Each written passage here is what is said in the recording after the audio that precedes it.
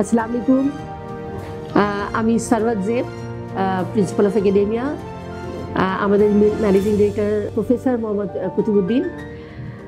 আমরা দুইজন এখানকার ডিরেক্টর, আরও ডিরেক্টর আছেন। একাডেমিয়া যদিও ইংলিশ মিডিয়াম স্কুল, কিন্তু আলহামদুলিল্লাহ ইংলিশের পাশাপাশি বাচ্চারা বাংলাও শিখছে, জানছে এবং কালচার শিখছে, জানছে। বাংলাতেও আলহামদুলিল্লাহ তারা অনেক ভালো, যদিও ইংলিশ মিডিয়াম স্কুল। তো আমরা অন্য অন্য দিবস পালনের সাথে সাথে আন্তর্জাতিক মাতৃভাষা দিবস এটাও পালন করে থাকি প্রত্যেকটা ক্যাম্পাসে। এবং স্টুডেন্টরা তখন কম্পিটিশনও হয়, এসি কম্পিটিশন বা আর্ট কম্পিটিশন, প্রত্যেকটা ইভেন্টের সাথে মানে এগুলা স্টুডেন্টদেরকে দিয়ে লেখানো হয় বা আর্ট করানো হয়।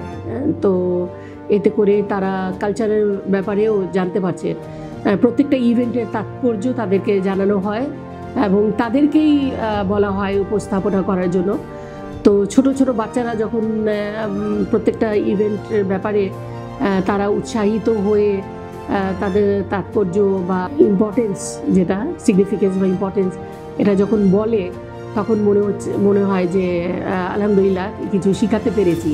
কেউ বলছে, কেউ শুনছে, এভাবে করেই চর্চা করাই আমরা, যে তারা যেন ভুলে না যায় তাদের কালচার। ইংলিশ মিডিয়ামে পড়ছে বলে বাচ্চারা যেন দেশের সংস্কৃতি ভুলে না যায় এবং সেটা জানে এবং তাদের লাইফে এটা যেন ইমপ্লিমেন্ট করে, সেই কারণে আমরা কিন্তু সব রকমের অনুষ্ঠান করে থাকি। তারা যেন তাৎপর্য বুঝে এবং সেভাবে কাজ করে। কারণ অনেকে দেখা যায় যে দিন তারা হলিডে ছুটি আছে কিন্তু কিসের জন্য বলতে পারে না। তো এইসব কারণে আমরা কিন্তু ছুটির আগের দিন বা পরে বা ওই সপ্তাহের ভিতরে অ্যাটলিস্ট আমরা এটা উদযাপন করাই। প্রত্যেকটা ক্যাম্পাসে ইনচার্জ আছেন, ইনচার্জের আন্ডারে টিচাররা স্টুডেন্টদেরকে গাইড করে থাকেন। তো প্রত্যেকটা ক্যাম্পাসেই এগুলো উদযাপন করা হয়।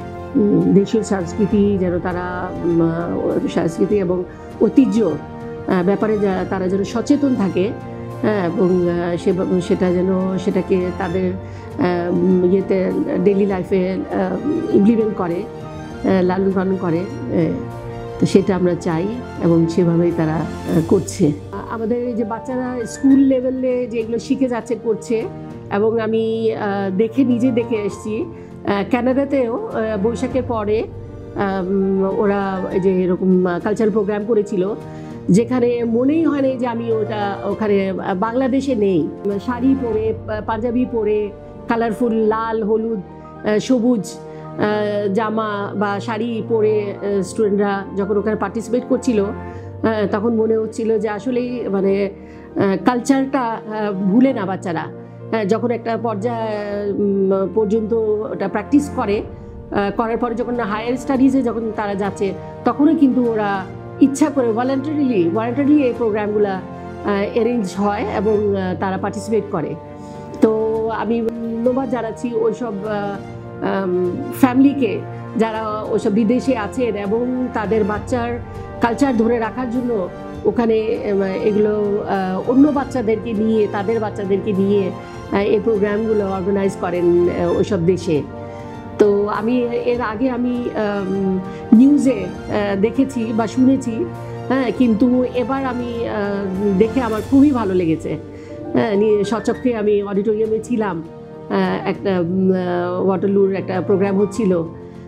তো সেখানে সব ওয়াটারলুর স্টুডেন্ট সহ টরন্টো ইউনিভার্সিটিরও, টিএফটিরও স্টুডেন্ট ছিল, তারাই পার্টিসিপেট করেছিল ওইটাতে।